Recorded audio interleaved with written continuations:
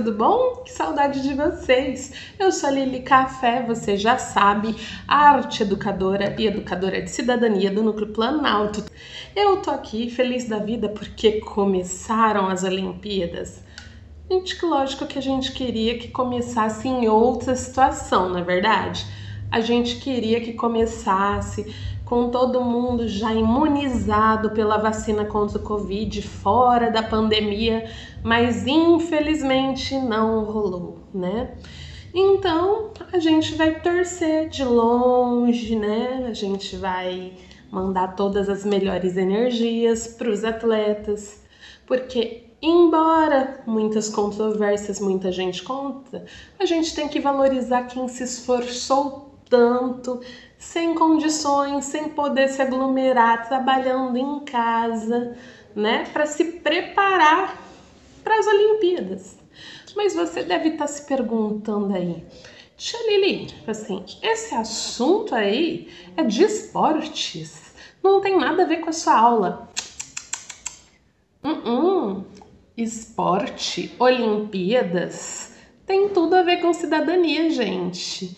E é por isso que eu trouxe uma lista de fatos de cunho político, onde os cidadãos de vários países, de várias delegações mostraram a sua força e se manifestaram durante os Jogos Olímpicos.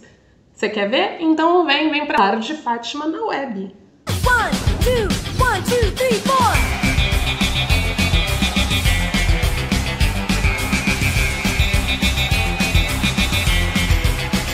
De fato, vocês sabem que o esporte, ele tem sim tudo a ver com cidadania, gente. O esporte, ele salva as pessoas, ensina as pessoas a serem bons cidadãos, não é? Isso. A prática do esporte, a prática das regras, a disciplina, mostram para as pessoas quais são os seus direitos, né?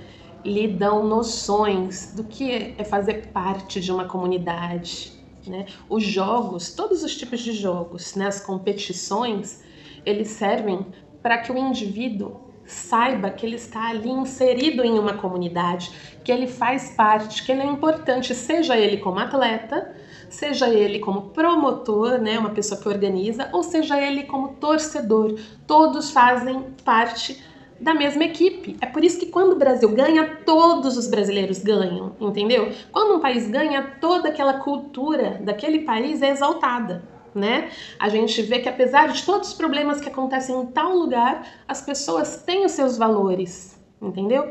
E muitos problemas também, né, são trazidos à tona em meio às Olimpíadas. Afinal de contas, os Jogos Olímpicos viram a vitrine do mundo nessa época. Então é muito comum que tenham várias manifestações de cunho político. Vamos aí listar algumas muito importantes, são curiosidades que você vai adorar. Primeiro, Jesse Owens, o corredor negro que desafiou e ganhou, tombou Hitler, isso mesmo, o ditador nazista que acreditava na supremacia branca e na superioridade ariana, que é um termo errôneo que eles usavam para classificar gente branca de uma raça só, né? E diziam que negros, judeus e outros ainda ciganos eram sub-raças, não eram sub-humanos, entendeu? Aquela coisa nojenta. Hitler não é nem gente, né, gente? Pois é. Lá. Owens, em plena Berlim nazista, na frente de todo aquele povo alemão que apoiava o Hitler, tombou essa teoria, isso mesmo, ele levou 4 medalhas, ó. 1, 2, 3, 4. 4 medalhas para casa. Antes da Segunda Guerra começar, ele já virou herói. Virou herói antirracista, antinazismo e entrou para a história. A segunda, em 1960, estamos nas Olimpíadas de Roma. Você vai encontrar 2 fatos bem legais e bem importantes que se referem à cidadania na história, né? O primeiro é que a Bebe Bikila, um etíope, ganhou a maratona de Roma, correndo sob um sol escaldante. Deixou todo mundo para trás e se tornou o primeiro negro africano a ganhar os Jogos Olímpicos, a conquistar uma medalha de ouro. Só que o mais importante, o mais impressionante não era isso não. O mais impressionante é que ele fez isso descalço. Você acredita? Por falta de condições. Até tinha uma patrocinadora que distribuiria tênis, mas ele não se sentiu confortável com nenhum dos pares. Então decidiu correr exatamente como treinava, descalço. A chegada no Arco de Constantino consagrou Bikila como grande campeão. Pois é, que ironia, não é? Porque a sua terra, a Etiópia, tinha sido conquistada em 1936 por nada mais nada menos que Mussolini. Ele conquistou e subjugou, né? Virou ditador lá também. Só que o mundo gira. O segundo grande fato que aconteceu nas Olimpíadas de Roma foi a despedida, sim, a despedida da África do Sul dos Jogos.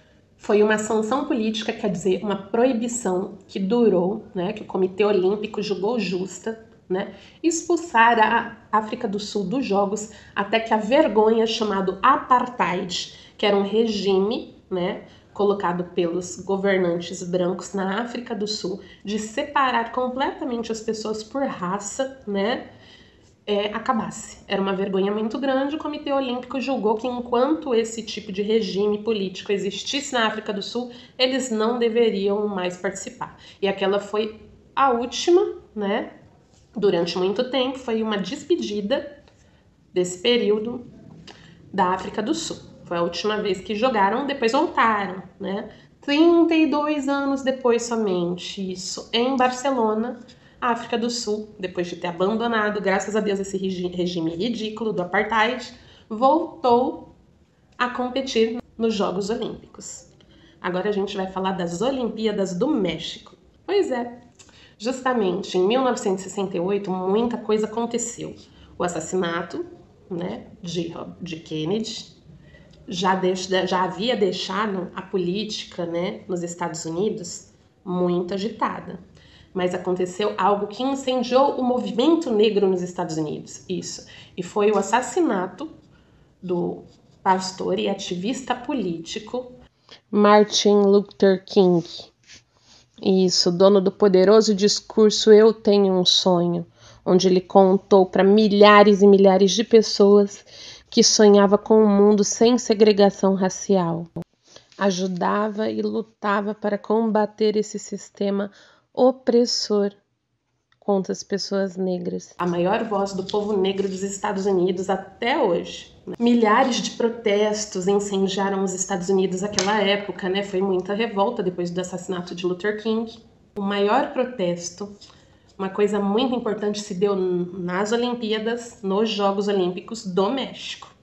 Tommie Smith e John Carlos, respectivamente, ouro e bronze nos 200 metros rasos, subiram ao pódio para receber as suas medalhas. E eles simplesmente abaixaram a cabeça, cerraram e ergueram seus punhos, que estavam com luvas pretas, fizeram a saudação dos Panteras Negras.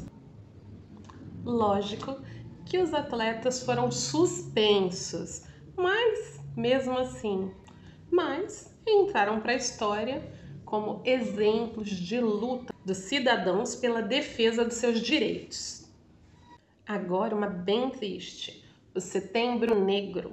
Isso, o Setembro Negro fala dos terroristas. O Setembro Negro ocorreu em Munique em 1972,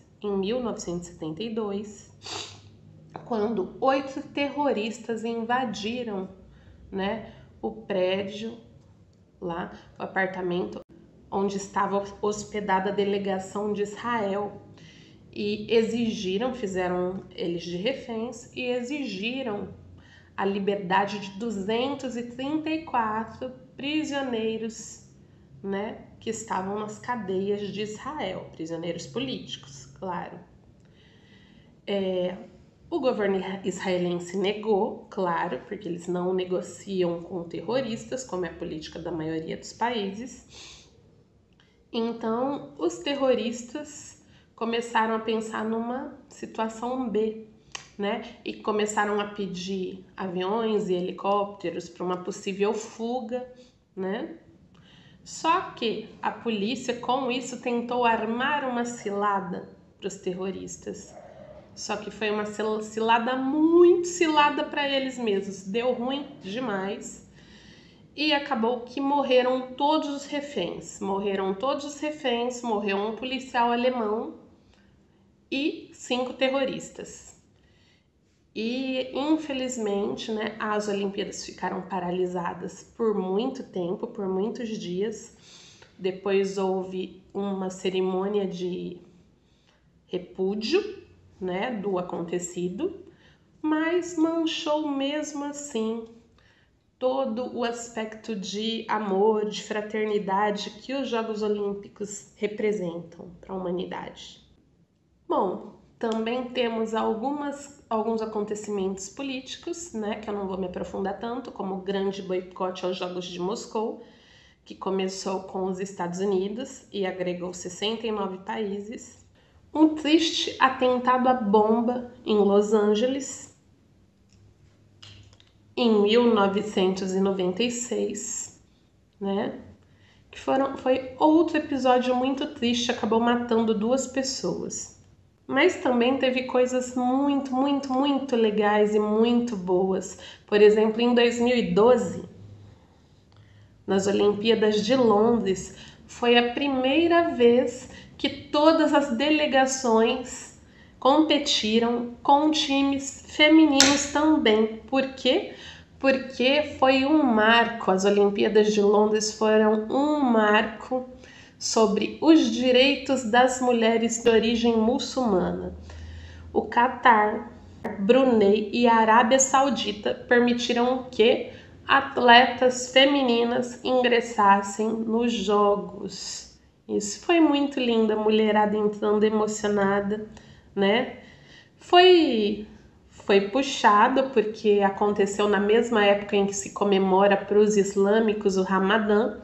Então havia esse medo de que o jejum que eles são obrigados a fazer nessa época comprometesse o rendimento dos atletas, mas mesmo assim tudo ocorreu muito bem e foi um momento muito bonito da história das Olimpíadas.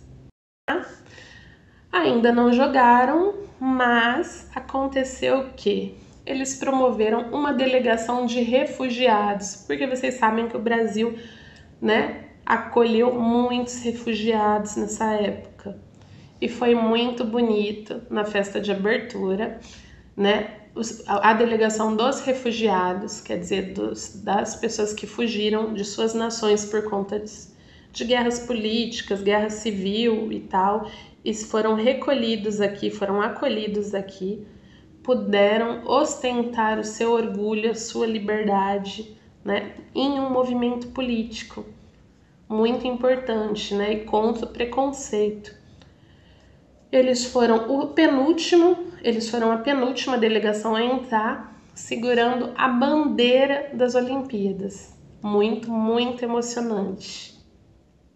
Bom, gente, é isso.